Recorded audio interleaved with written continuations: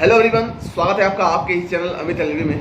दोस्तों, आज हम बात करेंगे कल के ही वीडियो के आगे के बारे में। जैसा कि कल सुप्रीम कोर्ट और यूजीसी के बीच में जो याचिका की जो सुनवाई थी, तो उसमें सुप्रीम कोर्ट ने फैसले को सुरक्षित रखा है और 3 दिन के अंदर लिखित जवाब मांगा है कि 3 दिन के अंदर अगर लिखित जवाब जो आता है उसके आधार पर सुनवाई की जाएगी। इसमें दोनों पक्षों की सुनवाई पर, दोनों पक्षों की बहस पर यूजीसी का पक्ष ने क्या कहा। यूजीसी ने कहा कि देखिए, हम पेपर के लिए समय और मांग सकते हैं, लेकिन बिना पेपर के हम डिग्री नहीं दे सकते। यूजीसी ने यह भी बात कही कि क्या जो भी बच्चे फाइनल के एग्जाम देने वाले हैं वो 21 या 22 साल के हैं, ठीक है, तो क्या वो घर से बाहर नहीं निकल रहे होंगे।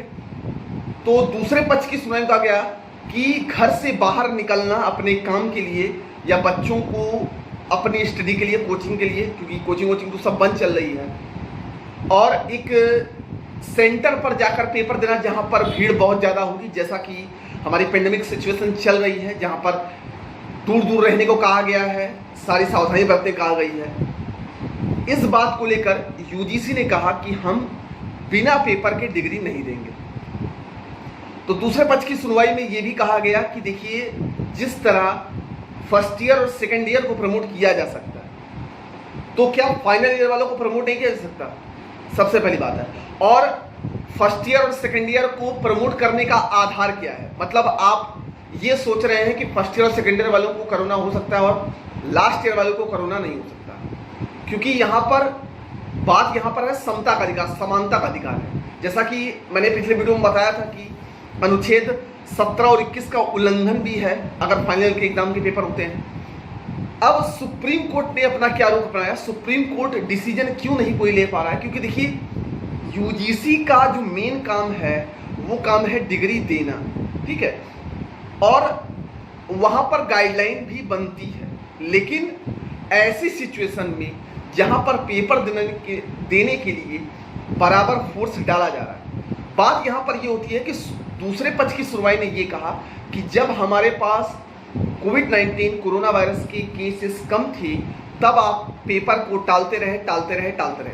और इस समय पर्टिकुलर प्रेजेंट टाइम में देखा जाए तो हमारे पास केस जो हैं वो लगभग 15 लाख 20 लाख के लमसम होते जा रहा है। मतलब सिचुएशन बद से बदतर होती जा रही है। और जहां तक WHO की रिपोर्ट है, उनका ये कहना है कि लास्ट नवंबर दिसंबर तक ये आंकड़ा 50 लाख के आसपास पहुंचेगा। जैसा कि हमको पता है कि अभी तक कोई इसकी वैक्सीन नहीं बनी है, लेकिन तो भी यूजीसी को ये क्यों नहीं समझ में आ रहा कि फाइनल ईयर वालों को पिछले सेमेस्टर के आधार पर या पिछले साल के आधार पर प्रमोट किया जा सकता है। इस याचिका की सुनवाई में कई शिक्षा मंत्रियों के भी बयान आए, जिसमें हमारे दिल्ली की जो शिक्षा मंत्री हैं मनीष सिसोदिया जी, उन्होंने कहा कि जिस सेमेस्टर की या जिस ईयर की पढ़ाई ही नहीं हुई, उस ईयर पेपर लेने का क्या फायदा?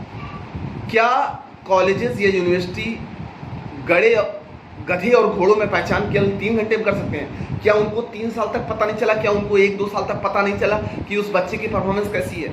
और जिस सेमेस्टर का पेपर नहीं लिया गया, उस सेमेस्टर का पेपर दिलाने से क्या फायदा?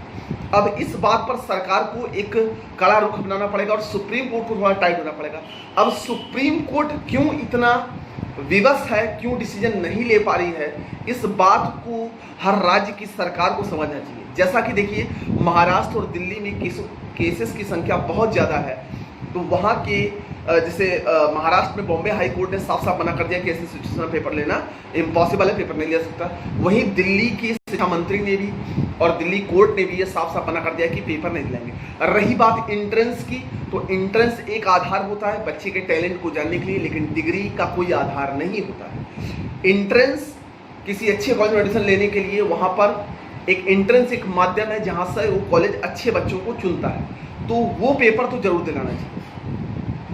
एंट्रेंस जितने भी हैं वो कभी कैंसिल नहीं होंगे। और जहाँ तक मेरा मानना है, एक वकील के नाते मैं बताऊं कि जितने भी सारे बच्चे हैं फाइनल ईयर के, वो अपने पेपर की तैयारी शुरू कर दें। उनको किसी पे भरोसा नहीं रखना चाहिए, न सुप्रीम कोर्ट पर न यूजीसी पर। देखिए, एक आप एक नॉर्मल व्यक्ति के हिसाब से सोचिए, जब 4.5 लाख लोग बीएड का एंट्रेंस दे सकते हैं, 2 से 2.5 लोग गवर्नमेंट एग्जाम दे सकते हैं, तो आपके पेपर भी होंगे ही होंगे। ठीक है, इसलिए आप लोग इस चक्कर में मत पड़िए। मैं तो बार बार यही कहूँगा, सुनवाई अपनी जगह पर है, पहले 14 थी, फिर 18 थी, अब 21 हो गई है। ये सुनवाई से चलती रहेगी, लेकिन पेपर आपके सितंबर लास्ट तक होंगे। हो सकता है अक्टूबर भी जाए, नवंबर जाए, लेकिन कुल मिला के हमें पूरी तरह से ये समझ जाना चाहिए कि हमारा ये साल पूरी तरह से बर्बाद हो चुका है, जिस पर अब डिसीजन आपको लेना है कि आपको आगे क्या करना है। ये डिसीजन आपके ऊपर है। बाकी वीडियो अगर आपको अच्छा लगे तो वीडियो को शेयर ज़रूर करिएगा, और लॉ से रिलेटेड अगर वीडियो आप चाहते हैं तो इस चैनल से जुड़े रहिए। तब तक के लिए बहुत बहुत धन्यवाद।